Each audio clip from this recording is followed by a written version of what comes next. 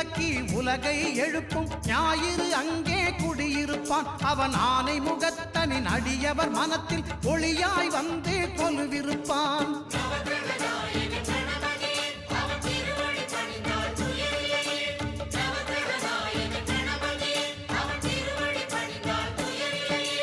ஒன்பது கோளும் ஒன்றாய் காண அங்கு கற்பகம் என்னும் கடவுளின் மெய்யில்